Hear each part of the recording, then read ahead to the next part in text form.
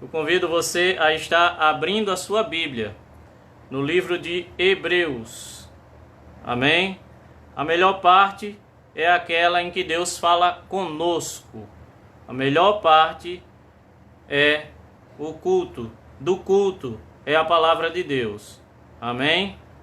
Louvado seja Deus. Louvado seja Deus. Hebreus, capítulo 4.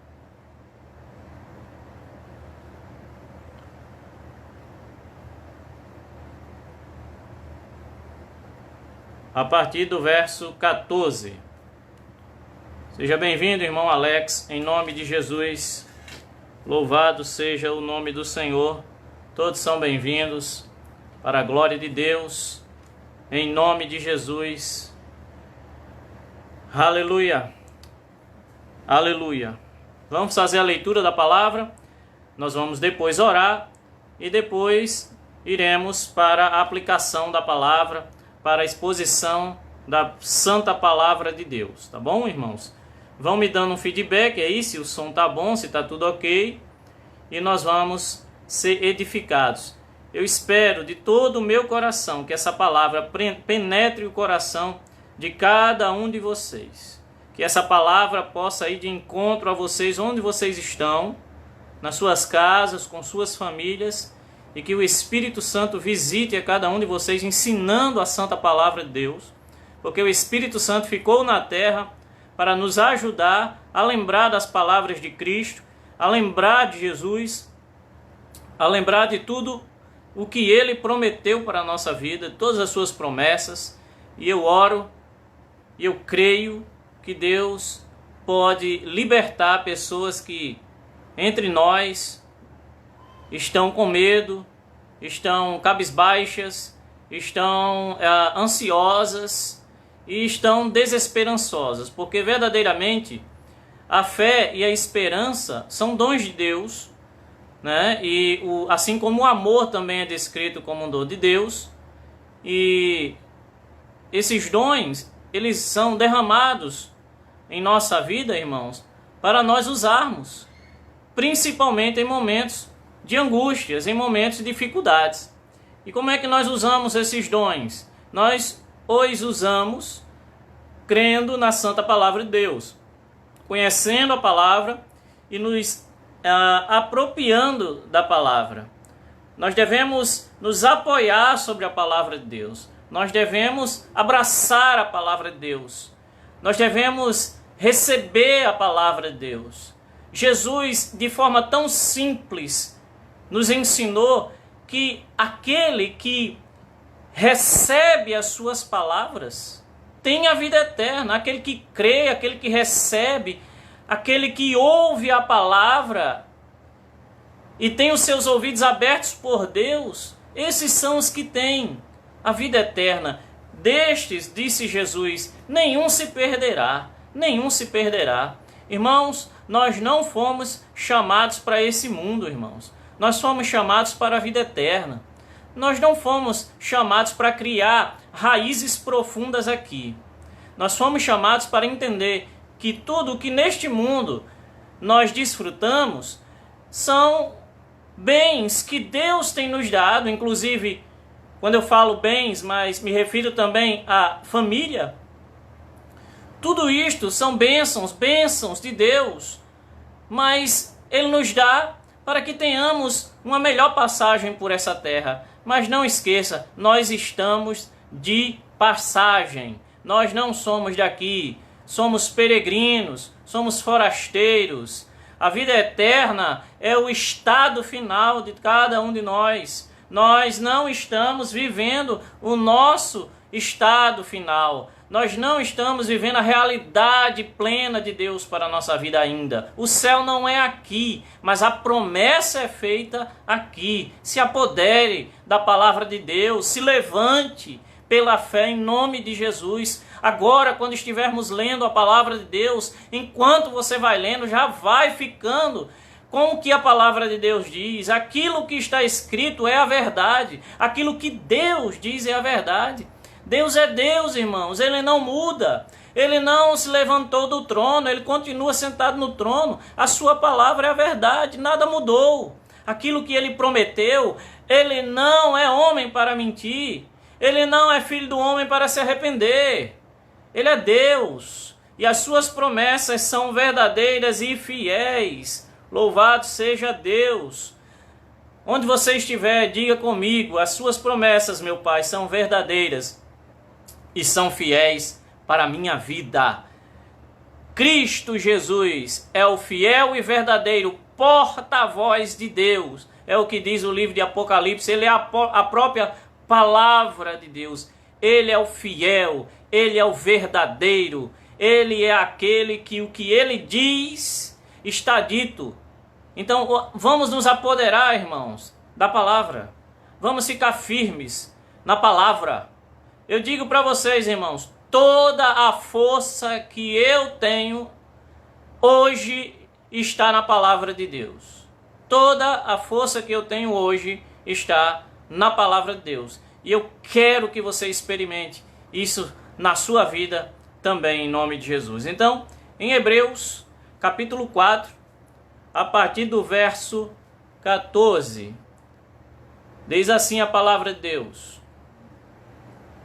visto que temos um grande sumo sacerdote, Jesus Cristo, Filho de Deus, que penetrou nos céus, retenhamos firmemente a nossa confissão, porque não temos um sumo sacerdote que não possa compadecer-se das nossas fraquezas, porém um como nós, em tudo foi tentado, mas sem pecado.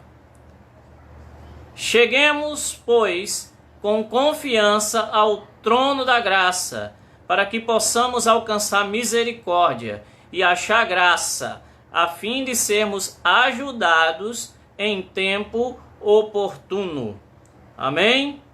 Convido você a nós orarmos pedindo a Deus que Ele nos dê a luz da sua palavra, que essa verdade penetre no nosso coração, mas não é aquela oração religiosa, sabe? Aquela oração, vamos orar porque Ele está pedindo. Não. Deseje no seu coração que essa palavra seja plantada em você hoje. Que essa palavra, ela venha e traga vida. Jesus disse: as minhas palavras são vida e paz. Deseje essa vida e deseje essa paz que vem pela palavra. Meus irmãos, quando nós recebemos essa vida e essa paz pela palavra de Deus, há um salto de alegria, há um borbulhar do Senhor e do seu Espírito dentro de nós. E nós começamos a pensar diferentes, nós começamos a sentir diferente. A paz de Deus, que excede todo entendimento, começa a reinar em nossas mentes e em nossos corações. E os nossos sentimentos são guardados em Cristo Jesus, como diz a sua palavra. Então, meus amados, ouçam a palavra de Deus, amados e amadas do Senhor, e em nome de Jesus, peça a Deus que, pela fé, o Espírito Santo lhe ensine nessa noite. Então, primeiramente, irmãos, vamos dar uma introdução. O livro de Hebreus, ou ele poderia ter o nome de aos judeus, aos hebreus ou aos judeus, tanto faz. Ele foi escrito, não sabemos por quem.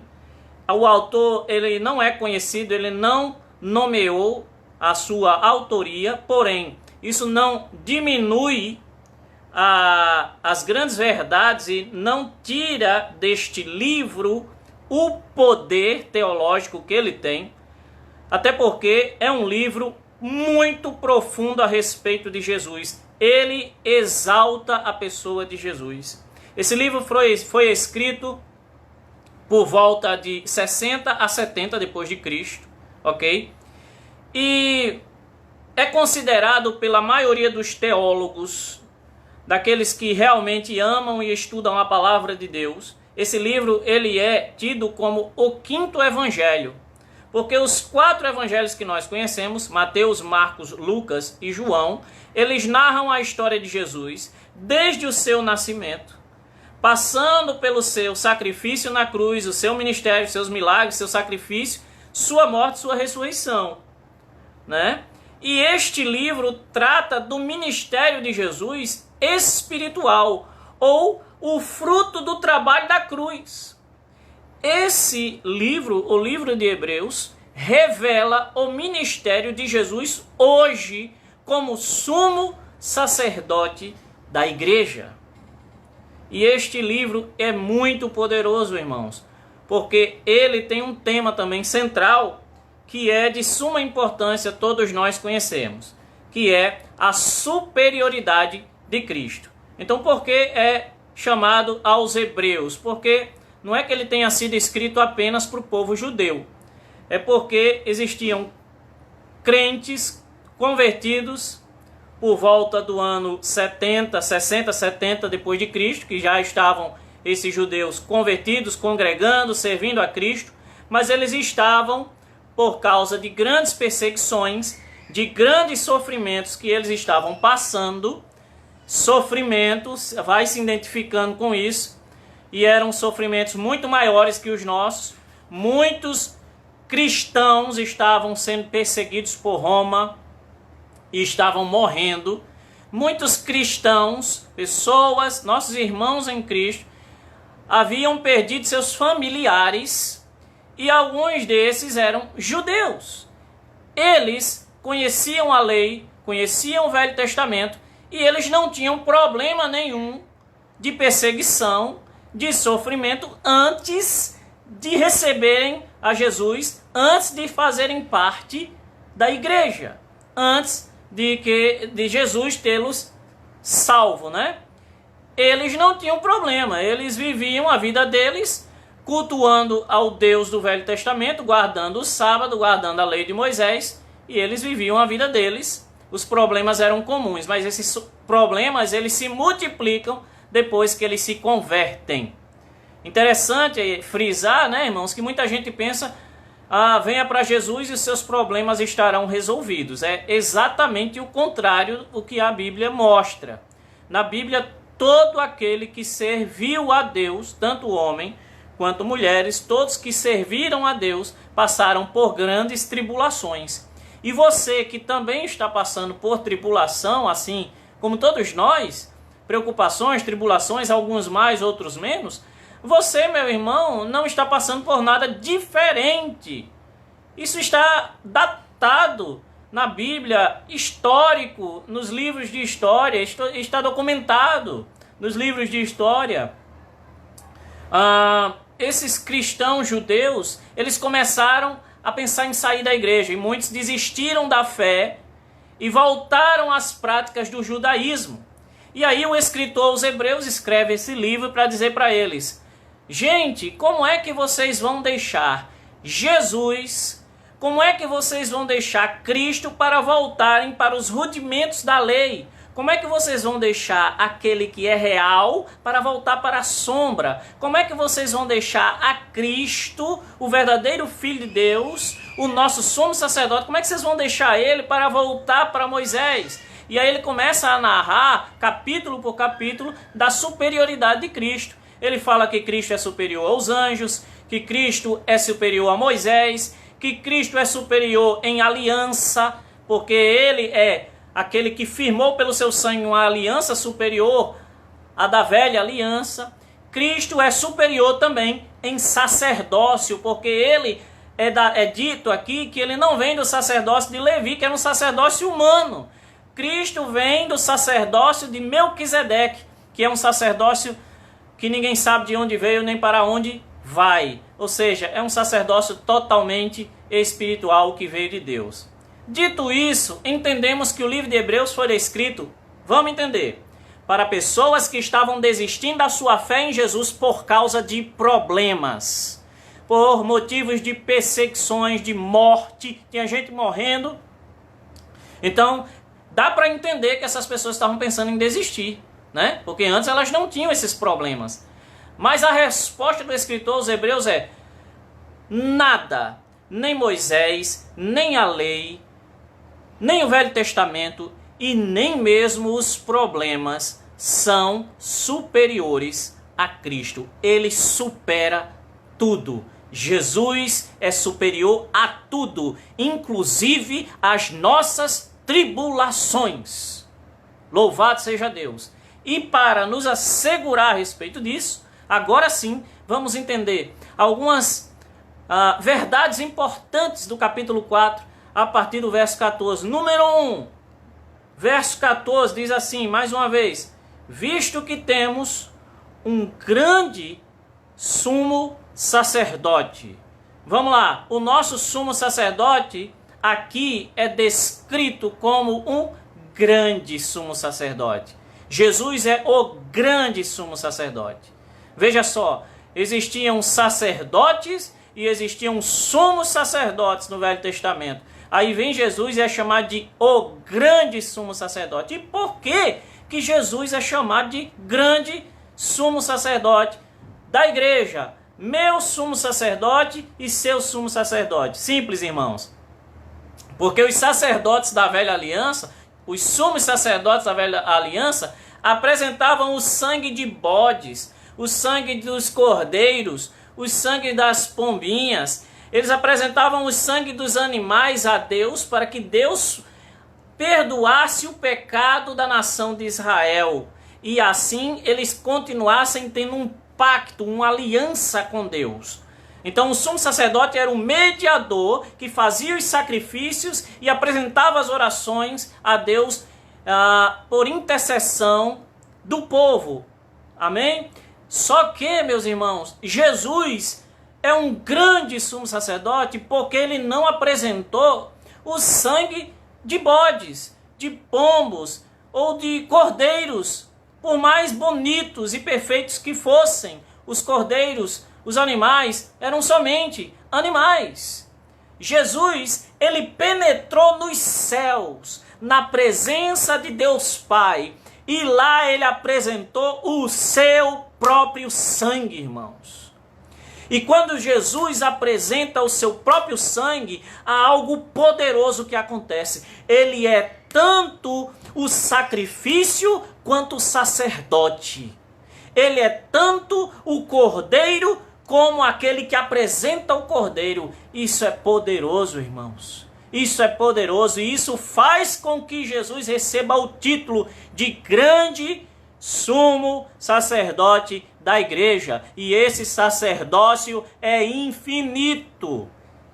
Não terá fim. Para sempre, Jesus será o nosso grande sumo sacerdote. Ele é, continua lendo o versículo comigo, ele é Jesus, o Filho de Deus. E o que ele fez? Ele penetrou nos céus. Retenhamos firmemente a nossa confissão. Isso aqui significa: não mude a sua confissão de fé. Não mude, não volte para Moisés, não volte para práticas antigas, não volte para o pecado, não volte para a sua justiça própria, não volte para as velhas práticas, não confie na velha vida, naquilo que você praticava antes. Mantenha firme a sua confissão.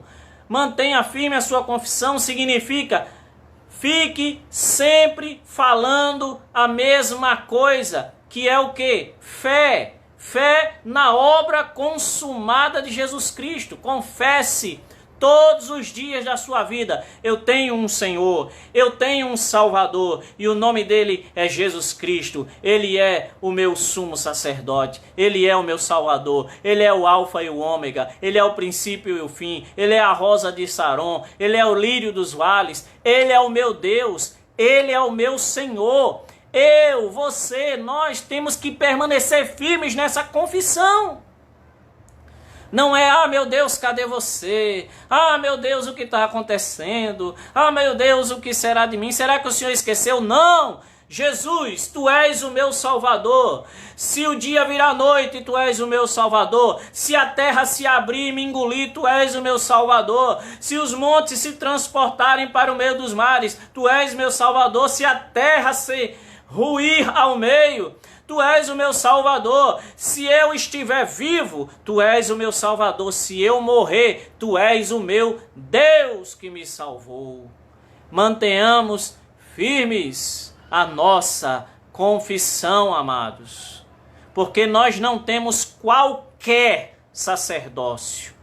Nós não temos qualquer sacerdote, nós não temos qualquer um que nos representa, nós temos um que nos chamou, que nos elegeu, que nos tirou da potestade das trevas, que nos perdoou com o seu sangue, ele nos cobriu e nos salvou de uma vez por todas. O seu sangue nos cobriu, nos chamou, ele penetrou em nossas vidas, ele interrompeu o caminho em que estávamos indo. Nós estávamos indo para o inferno, nos nossos deleites, nos nossos desejos pecaminosos. E estávamos seguindo a nossa própria natureza, porque nós éramos filhos da ira. Mas Ele nos deu vida. E como Ele fez isso? Ele nos banhou em seu sangue.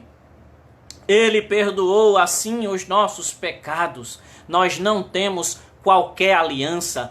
Nós temos a aliança perfeita, a aliança inquebrável, a aliança imutável, a aliança que não pode ser murchada, que não pode ser apagada, que não enferruja, que não muda, a aliança que temos com Deus, porque ela não se acaba, porque nós temos um sumo sacerdote tal, grande sumo sacerdote, que não apenas é sacerdote, mas também é o sacrifício. É por isso que a nossa aliança é infinita, irmãos.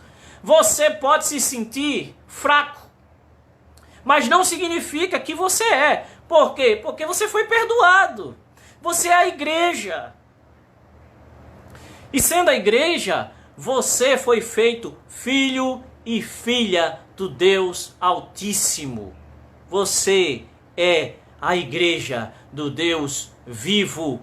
E o poder da ressurreição, o mesmo poder que ressuscitou Jesus dentre os mortos, opera em Cristo hoje para ressuscitar pessoas que ainda estão perdidas nesse mundo. E você que está me ouvindo, que já foi ressuscitado, não esqueça, você foi de uma vez por todas ressuscitado deste mundo pecaminoso, deste mundo vil que está em trevas. Você foi ressuscitado para a vida eterna e você tem hoje um maravilhoso sumo sacerdote que te representa na presença de Deus. Para e pensa agora, neste exato momento, cada hora que nós falamos, que nós oramos a Deus, Jesus apresenta as nossas orações a Deus, porque nós somos a sua igreja. Cada vez que você, meu irmão, minha irmã, abre a sua boca e fala com Deus, Jesus pega as suas orações e apresenta diante do trono. E ele diz, eis aqui a oração de um filho, eis aqui a oração de uma filha, eis aqui alguém que pertence ao céu. Louvado seja o Senhor. Vamos continuar, irmãos, a partir do verso 15 agora. Porque não temos, olha que coisa linda isso, nós não temos um sumo sacerdote que não possa compadecer-se das nossas fraquezas. O escritor aos Hebreus, ele usa uma lógica narrativa que é, na verdade, negativa, né? Ele usa uma linguagem negativa. Ele diz, nós não temos um sumo sacerdote que não possa se compadecer. Mas o que ele realmente está dizendo, é óbvio, nós temos um sumo sacerdote, de forma afirmativa, ok? Nós temos um sumo sacerdote que se compadece de nossas fraquezas. Nosso sumo sacerdote, ele se compadece, ele tem a compreensão das nossas fraquezas. Ele tem misericórdia das nossas fraquezas. Isso não significa que nós vamos viver de qualquer forma e dizendo, Deus me compreende. Não é isso. Eu estou te falando que nas tuas fraquezas, quando você parece estar fraquejando na fé, quando eu e você estamos aparentemente doentes, quando o nosso emocional está abalado, quando nós estamos abalados, quando nós estamos nos sentindo sem chão, sem estrutura, sem alicerce. Nessas horas, o Senhor Jesus nos compreende. O nosso sumo sacerdote nos compreende. Você sabe por quê? Eu vou te explicar por quê. Porque quando Jesus veio para a terra, a Bíblia diz que ele foi tentado em tudo. E é isso que nós vamos ler agora. E nós vamos entender o porquê que ele se compadece de nós. Porém, como nós, que foi tentado, mas sem pecado. A Bíblia revela em várias passagens no Novo Testamento. Nós vemos Jesus sendo tentado por Satanás nos evangelhos. Aqui fala que Jesus foi tentado. E em todas as afirmações de que Jesus foi tentado, sabemos que ele não pecou. Mas, irmãos, Jesus, sendo o Deus conosco, ele foi tentado, e a Bíblia diz que ele foi tentado em tudo. Você que está me ouvindo agora, você que está com medo, Jesus foi tentado. Jesus conhece o medo. Ele não cedeu ao medo. Ele não pecou por causa do medo, mas ele teve medo. Você que está ansioso, Jesus também sabe o que é ansiedade. Ele teve ansiedade. Só que ele não foi controlado pela ansiedade. Ele não cedeu ao pecado. Não estou dizendo que toda ansiedade é pecado, né? Mas algumas situações ansiosas, sabemos que são preocupações e preocupações são pecados. Jesus teve preocupações. No jardim do Getsêmani, nós vemos isso. Jesus sendo tentado, e a sua tentação, ele chama de agonia. Jesus conhece a nossa agonia. Jesus conhece as nossas limitações, os nossos sofrimentos. Jesus se compadece de nós porque ele conhece as nossas fraquezas, irmãos. Então, número 1, o que aprendemos até agora? Que nós temos um grande sumo sacerdote, verso 14, que penetrou nos céus, ok? E apresentou ali o seu sangue. Isso fez dele o grande sumo sacerdote da igreja, que estabeleceu com Deus uma aliança infinita e inquebrável. Número 2, esse sumo sacerdote não é qualquer um. Ele não é um homem que não vai compreender você. Não é como quando você vai pedir conselho para alguém, às vezes até um líder seu, que você considera, e você vai pedir a ele um conselho, e ele rebate com alguma coisa assim bem rápido, não dá tanta atenção, e você se sente mal com isso. Isso é natural, somos seres humanos, falhos. Mas o nosso sumo sacerdote está dizendo para nós: ei, eu compreendo as suas fraquezas. Eu me compadeço das suas fraquezas. Eu tenho compaixão por suas fraquezas. Eu conheço as suas dores. Eu conheço as suas agonias. Eu conheço as suas aflições sentimentais. Eu conheço as suas tribulações espirituais. Tudo Jesus conhece porque ele foi tentado em tudo. Então nós podemos respirar fundo e saber que somos compreendidos por Deus. E aqui, irmãos, eu quero frisar o seguinte: é por isso que Jesus, quando nós ouvimos as suas palavras nos evangelhos, nós nos enchemos de amor. Quando nós lemos a Bíblia, escutamos, ouvimos Jesus falando conosco, nós nos enchemos de amor. As lágrimas descem, o coração se enche de alegria, de esperança e de fé, porque Jesus é realmente diferente, irmãos. E as suas palavras, elas vêm carregadas de amor verdadeiro. Por quê? Porque ele nos entende, desde a nossa essência até o nosso exterior.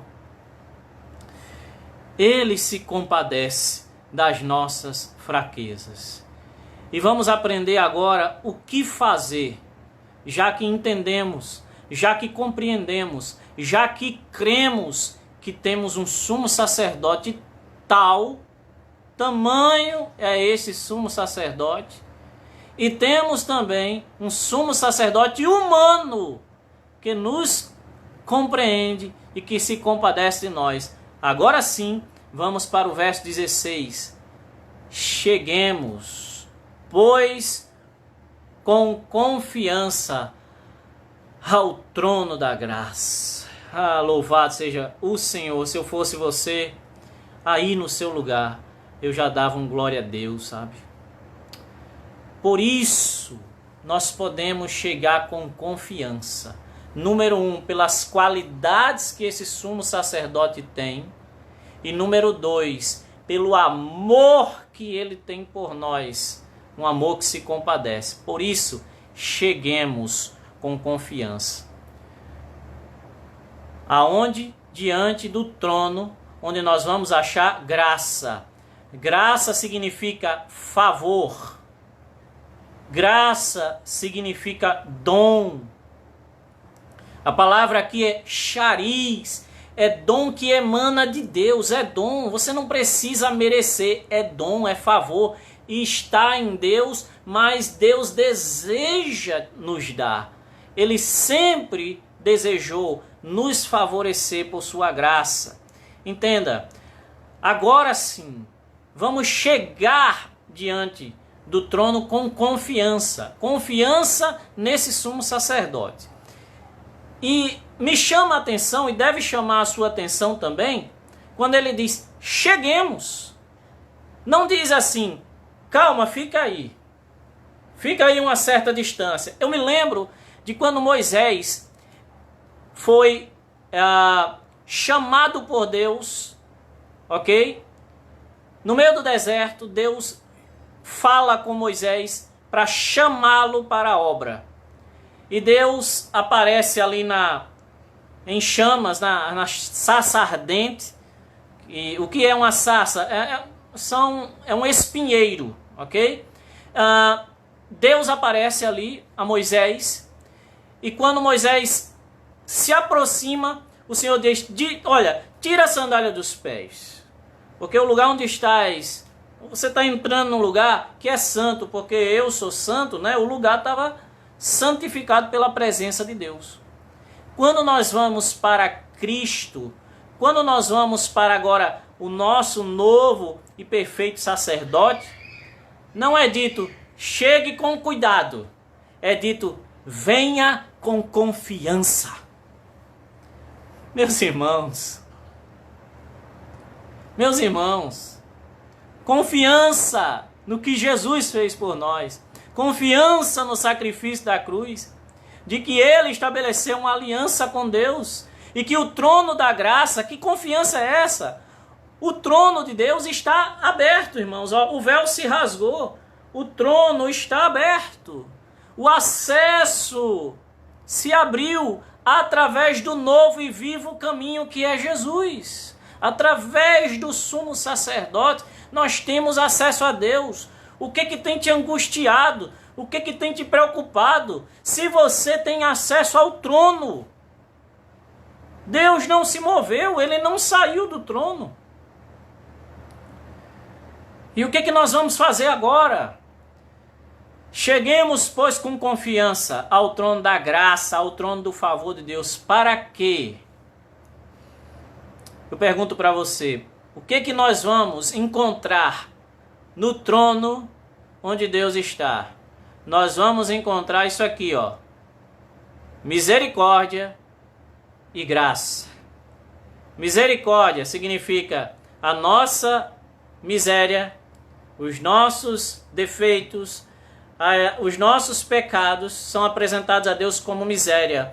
E Ele responde aos nossos pecados com a sua córdia, com o seu coração, córdia de coração, irmãos.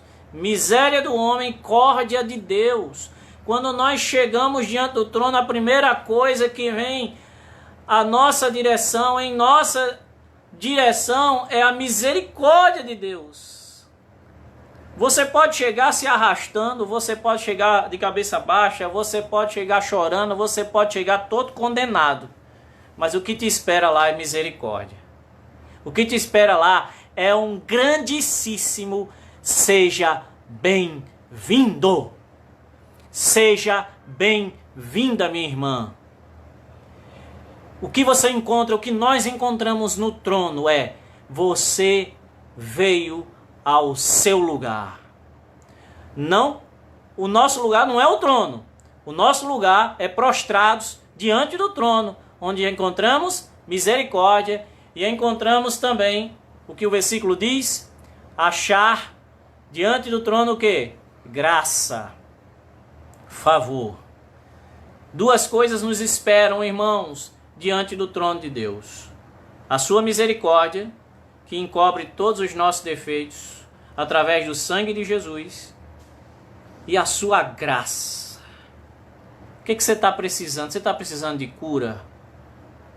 Tem graça no trono. E aí eu quero dar uma advertência para todos que me ouvem. Eu tive uma semana em que eu conversei, claro, pelo WhatsApp ou por ligação com vários irmãos. E uma coisa me chamou a atenção: vários irmãos em Cristo disseram assim, e eu só colhendo, as informações. Eu perguntava: o que você está fazendo? E os irmãos diziam: não, eu estou lendo a Bíblia. Aí outro dizia: eu estou orando. Aí vinha outro e dizia: eu até oro, mas para passar o tempo eu estou vendo série, eu estou vendo filme. E eu estou vendo muito filme. Teve um que disse: eu estou vendo até filme demais, já estou enjoando de ver filme. Outro disse: eu estou enjoando de tanta série. Olha aqui para mim, irmãos. Vocês não vão achar graça e misericórdia vendo filmes. Olha, aqui está diante de vocês um cinéfilo. Eu gosto muito de filme. Eu sempre, desde minha infância, fui ao cinema. Gosto muito de filme, mas eu vou dizer para vocês, eu nunca vi tão poucos filmes em minha vida como estou vendo agora. Sabe por quê? Porque é tempo, irmãos, de nós nos prostrarmos diante do trono e buscarmos força, buscarmos abrigo seguro na fortaleza que é o Senhor. É tempo de buscarmos alegrias espirituais, forças espirituais. É tempo de buscarmos o Senhor enquanto se pode achar. Invoquemos o nome do Senhor enquanto está perto, enquanto o trono está aberto. Irmãos, nada contra fazer alguma coisa com a sua família para passar o tempo, mas rapidamente volta para o trono. Porque não foi à toa que Jesus abriu o novo e vivo caminho. Se o trono está aberto, é porque nós devemos acessá-lo. Meus irmãos e minhas irmãs, Jesus, quando estava na terra, ele vivia em oração. Jesus vivia em oração, irmãos. E quem somos nós para fazermos menos? Se Jesus precisava da força de Deus, da ajuda do Espírito Santo, como é que nós vamos viver sem? Meus irmãos e minhas irmãs, quanto mais se aproximava a hora da angústia de Jesus, a hora da sua morte, a hora da cruz, mais Jesus intensificou as suas orações. Meus irmãos, quanto mais problema na nossa vida, mais oração. Quanto mais angústia, mais oração. Uma coisa eu te digo: Deus responde às nossas orações. Sabe por quê? Porque se nós chegarmos com confiança não em nós, mas no nosso sumo sacerdote, nós vamos alcançar misericórdia e graça. E sabe quando é que vem a misericórdia e a graça do Senhor sobre a nossa vida? Olha o que diz o final do verso 16. A fim de sermos o quê? Ajudados em tempo oportuno.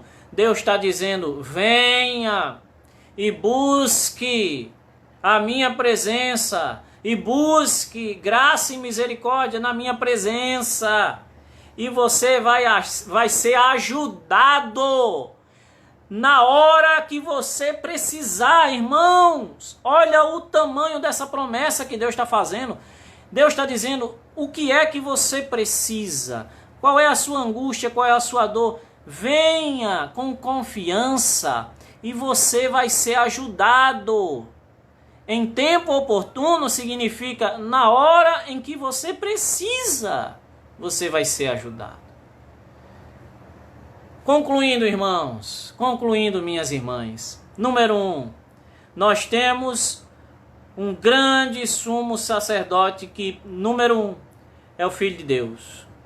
E que ele tanto é o sacerdote quanto foi o sacrifício. Por isso ele é grande.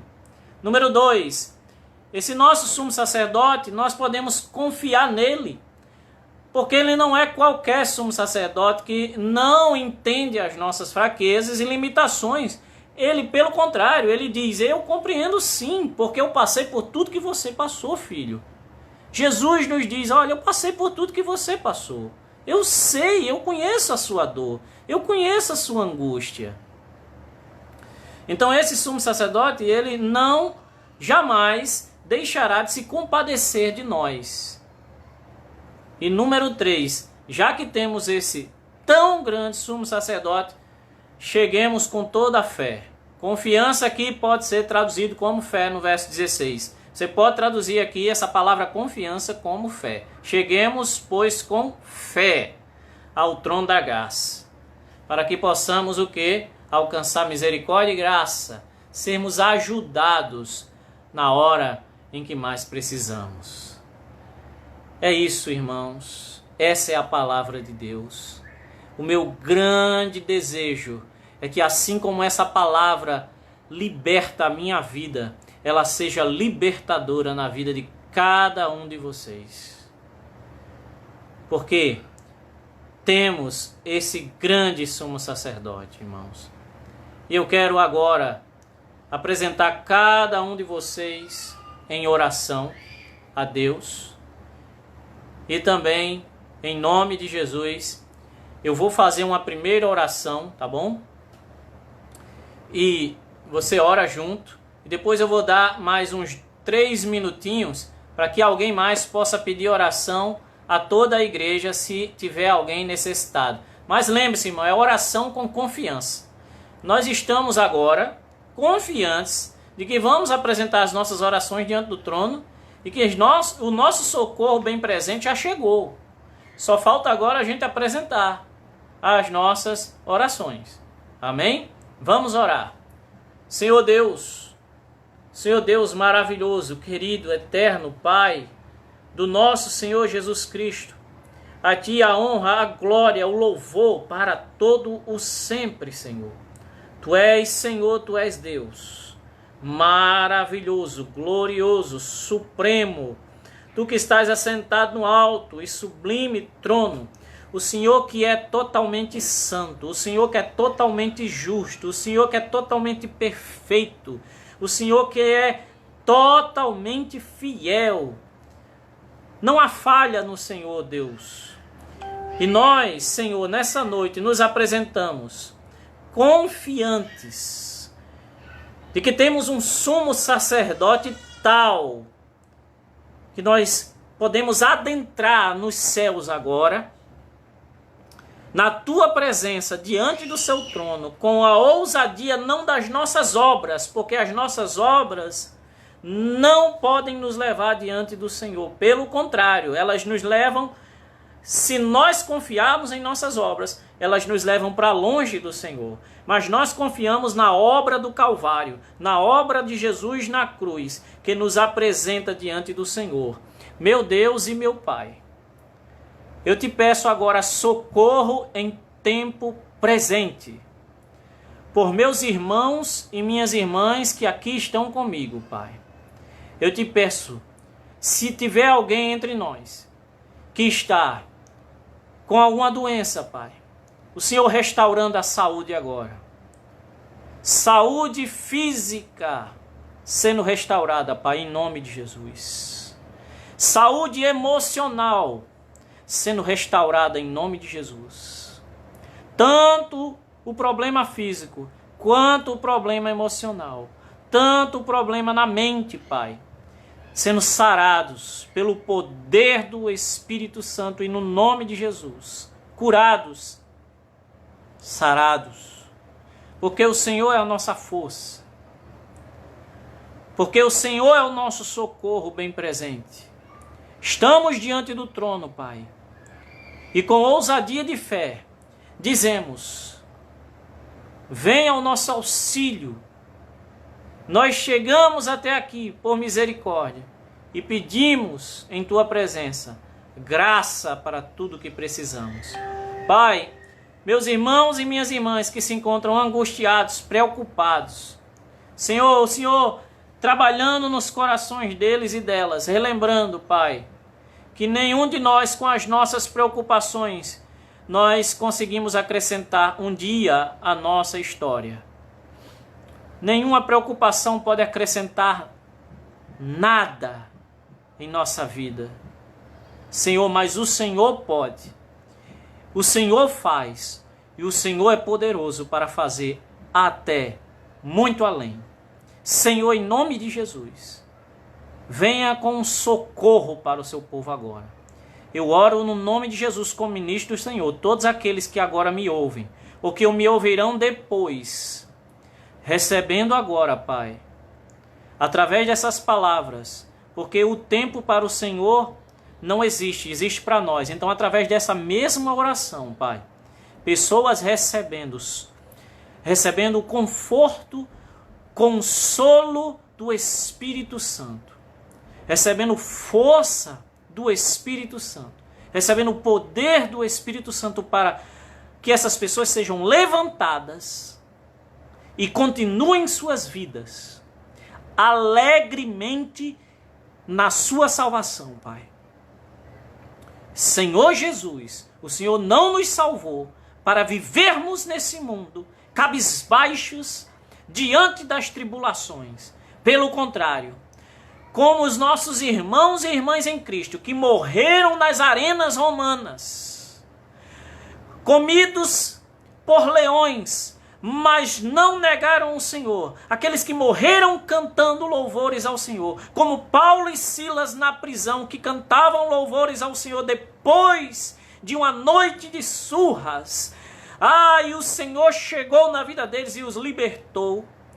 Mas muito antes dessa liberdade, o Senhor já havia colocado neles a confiança na gloriosa vida eterna, na salvação e no próprio Senhor que Tu és. Ó Deus, que essa confiança esteja sobre todos aqueles que me ouvem, em todo o mundo, em nome de Jesus.